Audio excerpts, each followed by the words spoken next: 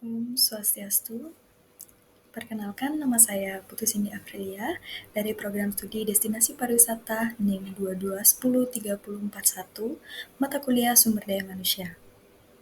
Baik, pada kesempatan kali ini, saya akan menjelaskan presentasi yang sudah saya buat, yaitu tentang penilaian kinerja karyawan. Nah, yang pertama yaitu saya akan menjelaskan definisi tentang penilaian kinerja. Nah, penilaian kinerja adalah mengacu kepada suatu sistem formal maupun terstruktur yang digunakan untuk mengukur, menilai, dan mempengaruhi sifat-sifat yang berkaitan dengan pekerjaan, perilaku, dan hasil, termasuk tingkat kehadiran. Nah, pengertian tersebut dikemukakan oleh Faisal Rifai pada tahun 2009. Oke, selanjutnya yaitu saya akan menjelaskan tentang tujuan penilaian kinerja. Nah, tujuan penilaian kinerja ini dikemukakan oleh Marihot pada tahun 2005, yaitu yang pertama tentang memberikan kesempatan kepada karyawan untuk meningkatkan kinerja mereka berdasarkan umpan balik dari suatu organisasi. Yang kedua yaitu digunakan sebagai bentuk kompensasi yang layak untuk pegawai, bertujuan untuk memotivasi mereka. Nah, yang ketiga yaitu menempatkan karyawan sesuai dengan keahlian mereka. Yang keempat yaitu mengidentifikasi kelemahan pegawai melalui penilaian, sehingga program pelatihan yang efektif dapat diterapkan setelahnya. Ya, dan yang terakhir yaitu menyediakan bantuan perencanaan karir bagi karyawan yang sejalan dengan kepentingan organisasi. Baik, selanjutnya yaitu manfaat penilaian kinerja. Nah, manfaat penilaian kinerja ini dikemukakan oleh Rifai dan Basri pada tahun 2005. Yang pertama yaitu peningkatan kinerja. Nah, di mana umpan balik yang berguna dari penilaian kinerja ini dapat membantu meningkatkan kinerja di masa yang akan mendatang.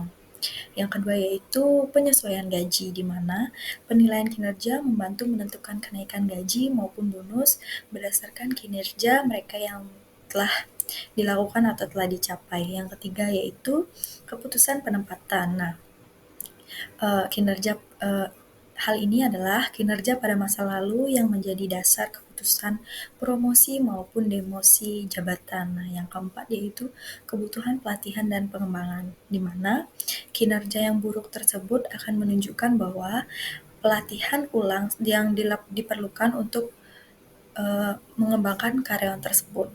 Nah, yang kelima yaitu perencanaan dan pengembangan karir.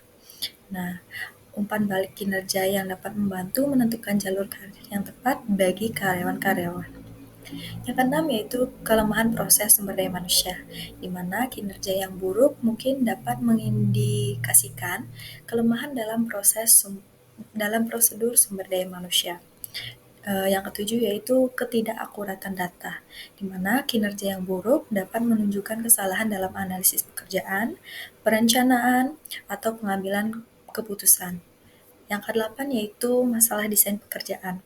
Nah, penilaian kinerja dapat membantu mengidentifikasi masalah desain pekerjaan yang mungkin menjadi penyebab buruknya pekerjaan tersebut. Nah, yang terakhir yaitu baik buruknya kinerja seorang pegawai mencerminkan efektivitas fungsi sumber daya manusia di seluruh organisasi. Selanjutnya yaitu aspek-aspek yang dinilai dalam penilaian kinerja karyawan.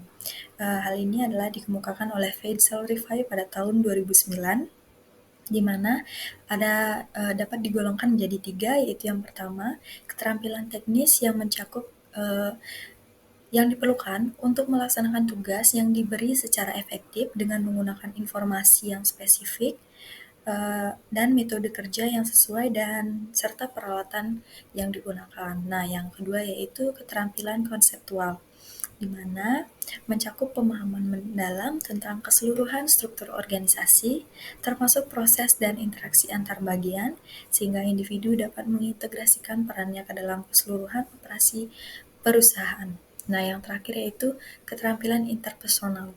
Nah, hal ini adalah kemampuan seorang untuk bekerja secara efektif dengan orang lain, termasuk kemampuan memotivasi rekan kerja mereka, menyelesaikan konflik-konflik yang ada, serta membangun hubungan kerja yang positif.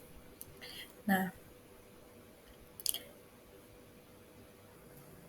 Nah, yang terakhir itu saya akan menjelaskan tentang ruang lingkup penilaian kinerja karyawan, di mana saya akan melakukan dengan analisis 5W dan 1H.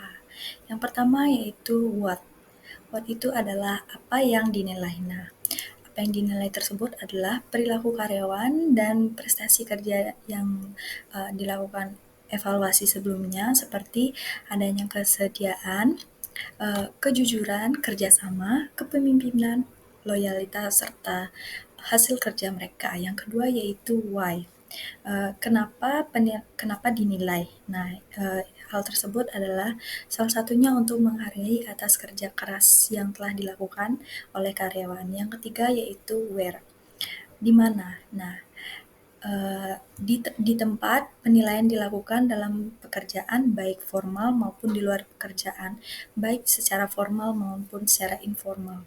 Nah, when di sini yaitu waktu penilaian tersebut dilakukan, baik secara periodik. Periodik tersebut adalah waktu penilaian yang dijadwalkan dan dilakukan dalam interval waktu tertentu, seperti 6 bulan atau setahun sekali, ataupun secara informal, dilakukan secara terus-menerus, merupakan proses evaluasi yang berlangsung sepanjang waktu. Nah, yang selanjutnya yaitu ada who, yaitu siapa yang dinilai, yaitu semua ketenaga kerjaan yang melakukan pekerjaan di perusahaan tersebut. Nah, yang terakhir yaitu bagaimana. Yang terakhir ini adalah metode penilaian apa yang digunakan dan problem apa yang dihadapi oleh penilai dalam melakukan penilaian tersebut.